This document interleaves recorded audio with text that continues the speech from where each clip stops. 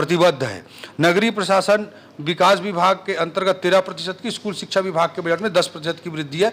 एवं बड़े वृद्धि जो हुए हैं उन विभागों का डेटा यहाँ प्रस्तुत किया हूँ। विभिन्न विभागों का ये आवंटन आप देख सकते हैं, क्रमवार है कि किन किन विभागों को कितना कितना बजट आवंटन हुआ है। ये स्लाइड हम आपको शेयर कर देंगे, आपके काम आ जाएगा। इसमें प्रमुख योजना आप देख सकते हैं कि गारंटी से संबंधित महत्वपूर्ण योजनाओं के अतिरिक्त मुख्यमंत्री खाद्यान्न सहायता योजना में 3400 करोड़ रुपए का पैसा, हायर सेकेंडरी स्कूलों के लिए 3900 करोड़ रुपए का पैसा, 5 HP कृषि पंपों के लिए मुफ्त बिजली प्रदान करने के लिए 3500 करोड़ रुपए का प्रावधान, शहीद बी नारायण सिंह आयुष्मान स्वास्थ्य योजना के लिए 1500 करोड़ रुपए का प्रावधान किया गया है। और बाकी आपको मैं डिटेल गारंटी के अंतर्गत बता ही चुका हूँ।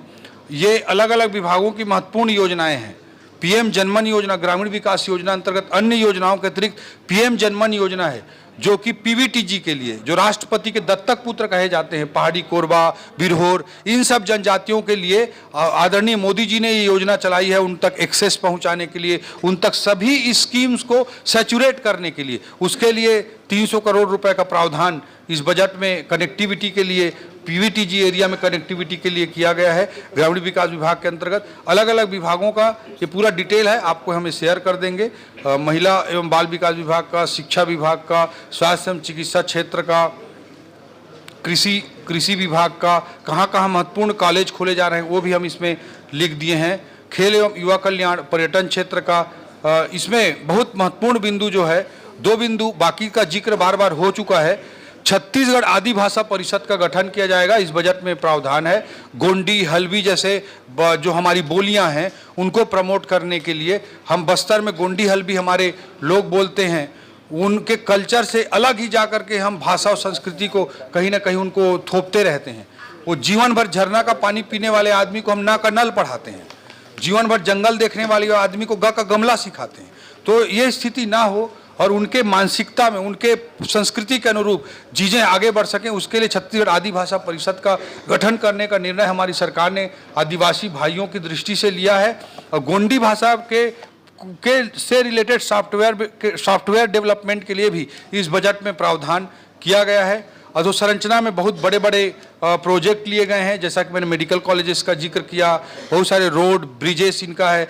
रेल लाइनों में आप देख सकते हैं, Chirmiri Nagpur halt rail line के लिए 120 करोड़ रुपए का प्रावधान। और इसी तरह से जो डोंगरगढ़, कटघोरा से मुंगेली होते हुए डोंगरगढ़ जो जाती है ट्रेन लाइन, उसके लिए 300 करोड़ रुपए का प्रावधान। और अधोसंरचना के क्षेत्र में कॉन्फ्रेंस इंडियन रोड कांग्रेस आयोजित किया जाएगा, उसके लिए भी 4 करोड़ रुपए का प्रावधान किया गया है। ऊर्जा क्षेत्रों के अलग अलग प्रावधान है, ये आप डिटेल आप देख सकते हैं, कहाँ से रुपया आ रहा है, कहाँ रुपया जा रहा है, ये है। और जो टेक्नोलॉजी बेस्ड जितने भी एक्सपेरिमेंट्स हैं उसको सफल बनाने के लिए छत्तीसगढ़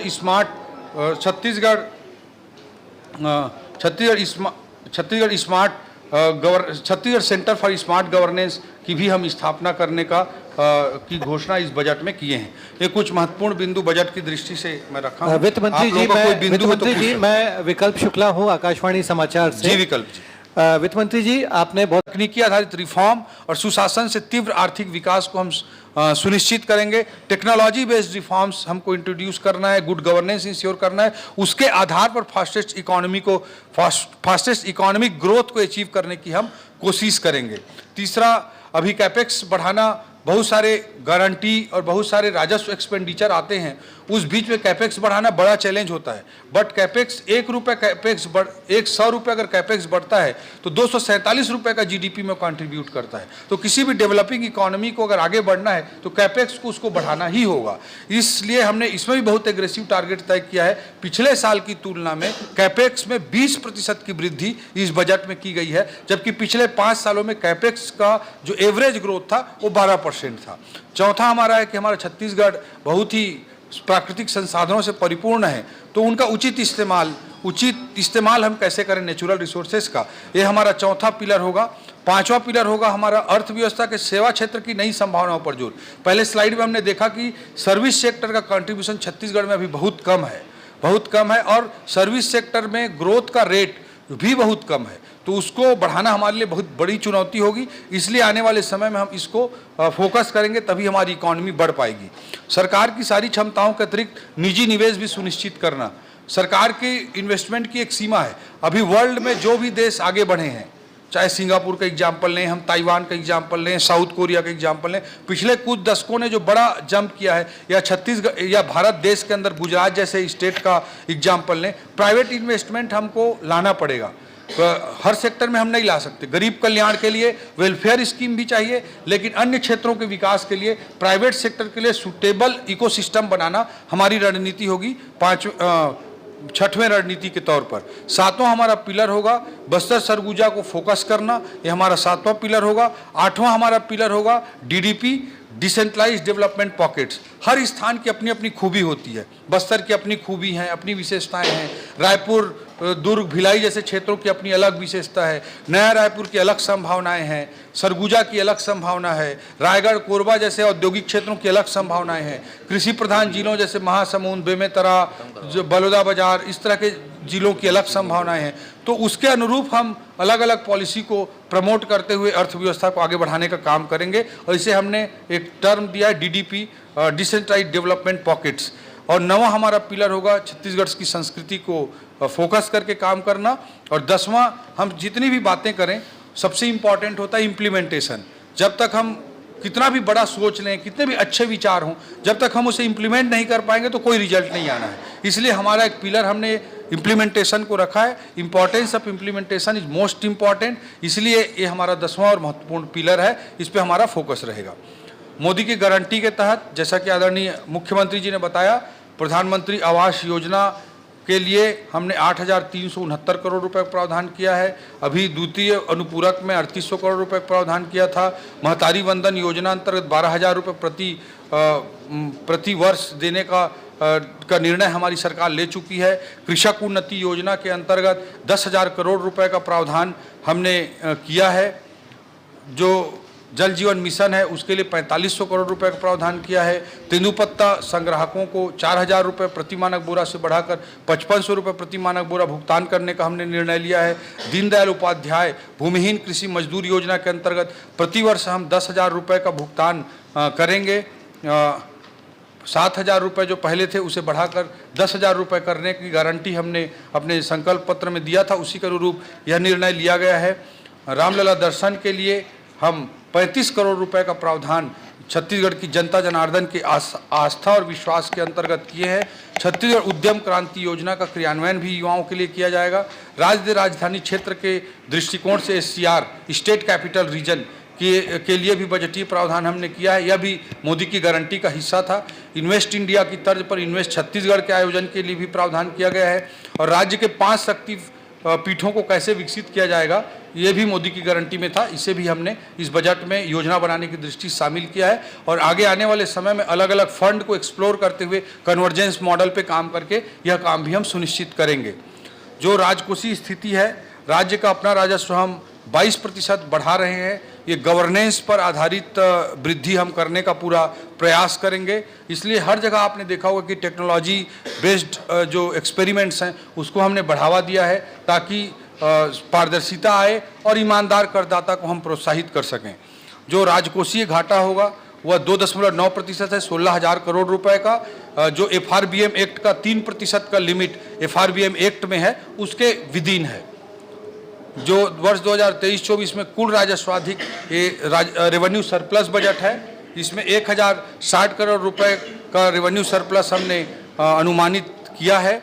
2024-25 के लिए कैपिटल एक्सपेंडिचर में बहुत ही महत्वाकांक्षी लक्ष्य रखते हुए 22,300 करोड़ रुपए का हमने प्रावधान किया है, जो कुल बजट का लगभग 15% है और पिछले वर्ष के बजट से 20% अधिक है। जो पिछले 5 वर्षों में जो पूंजीगत व्यय है, कैपेक्स है, उसमें ऑन एन एवरेज 12% की वृद्धि हो रही थी। इस बार हमने महत्वाकांक्षी लक्ष्य रखते हुए 20% की वृद्धि का लक्ष्य निर्धारित किया है।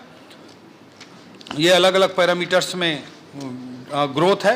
ये स्लाइड्स आपको हम शेयर कर देंगे, इसे आप ले सकते हैं। बजट का जो आकार है, पिछले 5 वर्षों में CAGR रेट से 8% के CAGR से पिछले 5 वर्षों में बढ़ा है, बट इस साल सीधा 22% का जंप बजट में हुआ है, जो 1,47,000 करोड़ रुपए का बजट का साइज हो रहा है। ये सारे पैरामीटर्स पे वृद्धि के डेटा हैं। ये आप टेक्निकली देख सकते हैं कहाँ से आय प्राप्तियाँ हो रही हैं, कहाँ से पूंजीगत प्राप्तियाँ हो रही हैं। इसका हमने भी डिटेल प्रेजेंटेशन बना के रख दिया है। और जो व्यय है 15% कैपिटल एक्सपेंडिचर और रेवेन्यू एक्सपेंडिचर 85%। प्रमुख विभागों के बजट में जो वृद्धि है इसे आप देख सकते हैं कि महिला बाल विकास विभाग के बजट में 112% की वृद्धि है। पीएचई डिपार्टमेंट के बजट में जल जीवन मिशन को सुनिश्चित करने की, महिला बाल विकास के विभाग में जो वृद्धि दिख रही है आपको 112% की, वो मोदी की गारंटी महतारी वंदन योजना को लागू करने के लिए है। पीएचई डिपार्टमेंट के बजट में 97% की जो वृद्धि दिख रही है वो मोदी जी के जल जीवन मिशन जो ठप पड़ा हुआ था छत्तीसगढ़ में उसे पूरा करने के लिए है। खनिज साधन विभाग के बजट में 80% की वृद्धि है। जैसे जिलों में डीएमएफ होता है, डिस्ट्रिक्ट मिनरल फंड, वैसे प्रदेश के लिए एमडीएफ होता है। उस एमडीएफ फंड में जिसमें 5% रॉयल्टी आती है, जिलों में 30% रॉयल्टी जाती है, यहाँ 5% रॉयल्टी आती है, उससे रेल लाइनों के लिए हमने पैसा खर्च करने का निर्णय लिया है। पंचायत एवं ग्रामीण विकास विभाग के बजट में 70% की वृद्धि है, जो प्रधानमंत्री आवास योजना के लक्ष्य को, मोदी की गारंटी को पूरा करने के लिए है। हेल्थ डिपार्टमेंट में आप देख रहे हैं कि 37% की एक बड़ी वृद्धि हेल्थ डिपार्टमेंट के बजट में भी दिखाई दे रही है। जो बिलासपुर का सिम्स है उसका भवन जर्जर है, कई सालों से जर्जर है और कोई उसकी सूद पिछले 5 साल में नहीं ली गई। उसके लिए 700 करोड़ रुपए का इस बजट में प्रावधान किया गया है। और रायपुर मेडिकल कॉलेज में भी 1200 बेड के हॉस्पिटल के लिए और अन्य इंफ्रास्ट्रक्चर जो वहाँ पर जरूरी हैं उसके लिए 776 करोड़ रुपए का प्लान आगे कंप्लीट किया जाएगा। उसके लिए हेल्थ डिपार्टमेंट का बजट बढ़ा है। कृषि एवं कृषि उन्नति योजना, कृषक उन्नति योजना के अंतर्गत 10,000 करोड़ रुपए का प्रावधान किया गया है गारंटी के तहत। इसलिए आपको कृषि विभाग के बजट में 33% की जंप दिखाई दे रही है। आदरणीय उप मुख्यमंत्री विजय भैया जी यहाँ पे बैठे हुए हैं। गृह विभाग में बहुत ही बलग रणनीतियों के साथ वो काम कर रहे हैं और उसके लिए भी हमने बजटरी सपोर्ट देने का भरपूर प्रयास किया है। और आने वाले समय में गृह विभाग को जो भी जरूरत पड़ेगी उसके लिए भी हमारा स्टेट, हमारी सरकार प्रतिबद्ध है। नगरीय प्रशासन विकास विभाग के अंतर्गत 13% की, स्कूल शिक्षा विभाग के बजट में 10% की वृद्धि है। एवं बड़े वृद्धि जो हुए हैं उन विभागों का डेटा यहाँ प्रस्तुत किया हूँ। विभिन्न विभागों का ये आवंटन